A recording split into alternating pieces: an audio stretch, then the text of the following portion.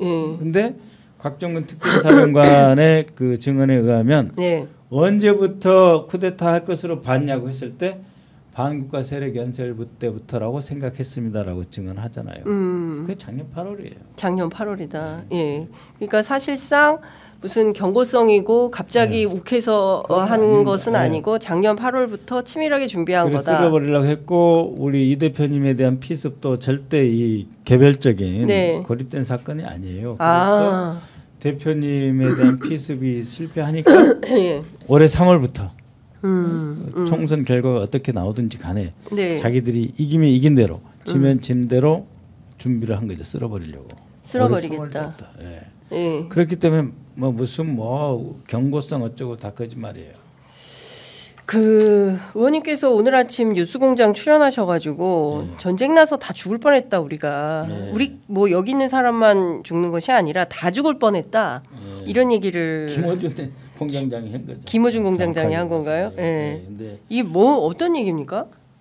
좀 이따 이제 12시 넘어서 1시인가 그 김어준 공장장이 과방위 출석을 해서 이제 자기가 들은 이야기에 대해서 좀 증언하겠다고 이야기를 하고 그 이후는 저하고 김병주 의원한테 이제 설명 등 맡기겠다고 하는데 아직까지 제가 말씀드리긴 좀 어렵고요.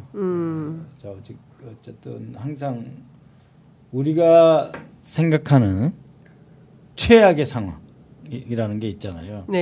그것보다 더 심한 이야기가 있어요. 우리가 생각하는 우리가 생각할 수 있는 최악의 상황을 한번 생각을 해보시고 최악은 전쟁이죠. 그것보다 더 나쁜 상황. 전쟁보다 더 나쁜 상황은 그러니까 전쟁이 어떻게 초래되냐 이런 거죠. 전쟁은 그냥 이제 우리가 제가 지켜보니까 이제 10월부터 이자들이 움직인 거예요. 드론 10월 상순에 평양 상공에 드론 띄우고 10월 20일경에 이제 해병대에서 서북도서 방어 훈련이라고 하는 연평도에서 약 400여 발의 자주포 실사격 훈련을 했어요. 북한이 이제 자극을 안 받고 이제 가만히 있잖아요.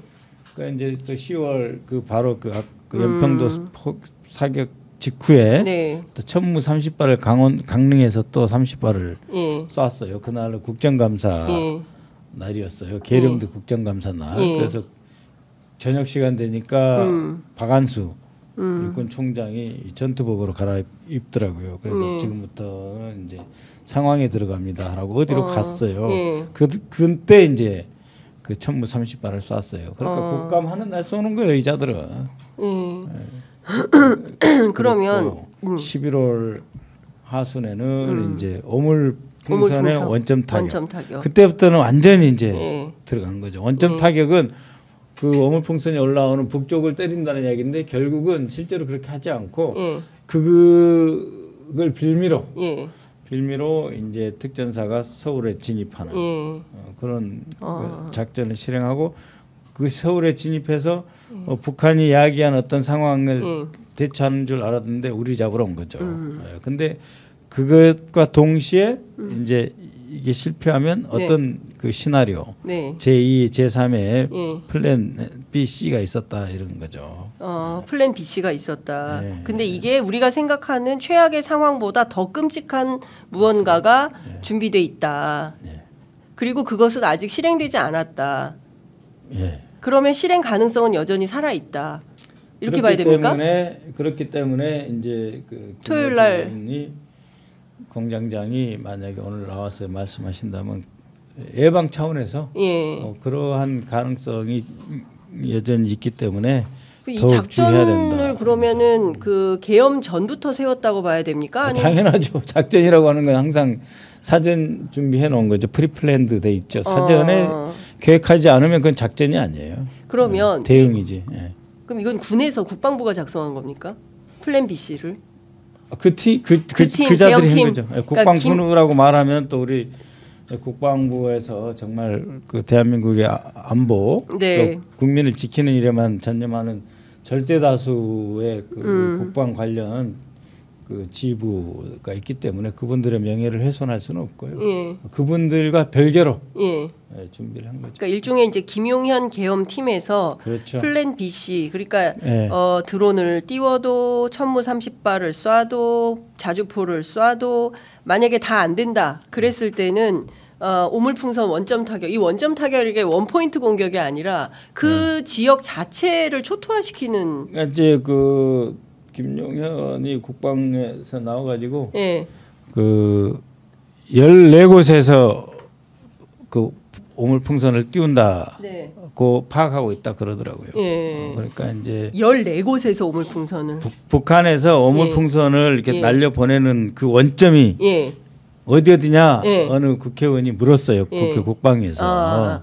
그러니까 14곳이라고 대답을 하더라고요. 그러니까 이 사람들이 뭐 14곳을 다 때리진 않겠지만 몇 군데를 때려야 되겠다라고 하는 입장을 정리해 가지고 있었고 그 논리로 이제 동원하려고 그랬던 거죠. 그 때리면은 북에서 어떤 반응이 있고 그 반응이 있으면 즉각 대응을 해야 되니까 투입 준비를 해놔야 되는 거죠, 부대를. 야, 그러면 자기 살려고 자기 살려고 그렇죠. 전쟁까지 획책을 했던 그 근거가 오늘 12시에 나올 수 있겠네요. 김어준 공장장 폭로로. 어쨌든 12시에 저희도 지켜보도록 하겠습니다. 그 젤렌스키도 결국은 러시아가 공격할 수 있기 때문에 협상을 했으면 전쟁이 안 일어났어요. 그렇죠.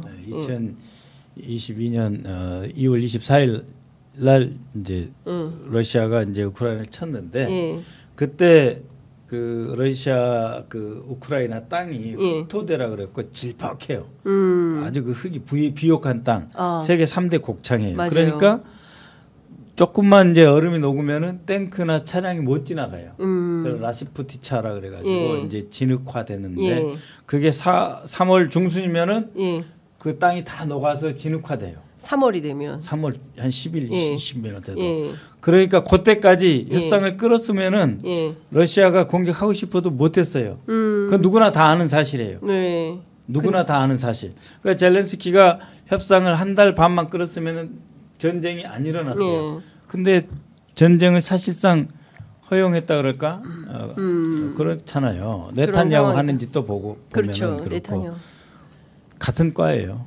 그러니까 저도 제2의 네타냐후 아시아판 네타냐후다 생각하는데 그러니까 전쟁을 빌미로 해서 끊임없이 자기 권력을 유지시키려고 하는. 그나마 네타냐후는 국방을 아는 사람이죠.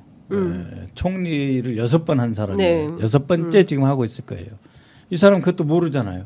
그러면서 모험적이고 위험한 짓을 계속 하니까 훨씬 위험하죠, 네타냐후보다.